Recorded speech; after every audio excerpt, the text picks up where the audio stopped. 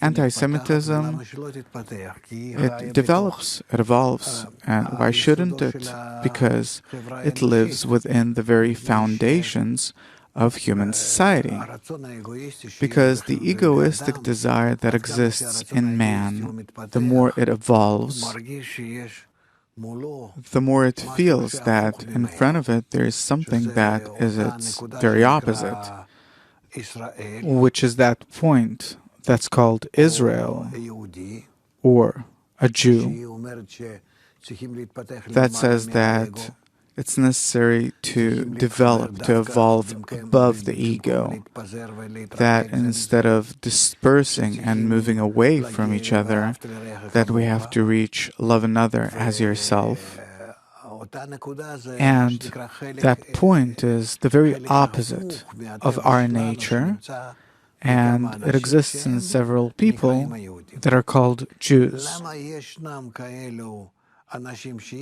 Why are there such people that have this point and people that don't have it? It's very interesting that this point called a Jew, or Israel, consisting of the words Yashar Kel, meaning to be aimed straight at the positive upper force of nature, as opposed to the rest of mankind that comes from the negative force of nature. These are two forms in nature, the two forms of nature. And therefore, what follows is that there are people in whom exists the negative egoistic force, and there are people that have both the negative egoistic force and the positive altruistic force.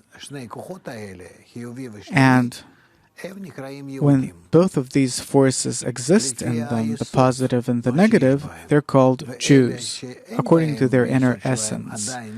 And those in whom the positive point of bestowal, connection, and love of others has not yet been revealed, they're called the nations of the world.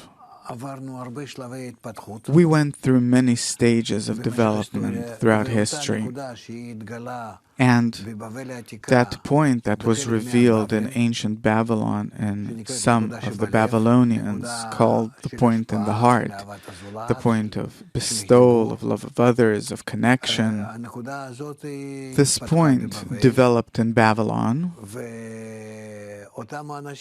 and those people that joined Abraham, as we see from the sources,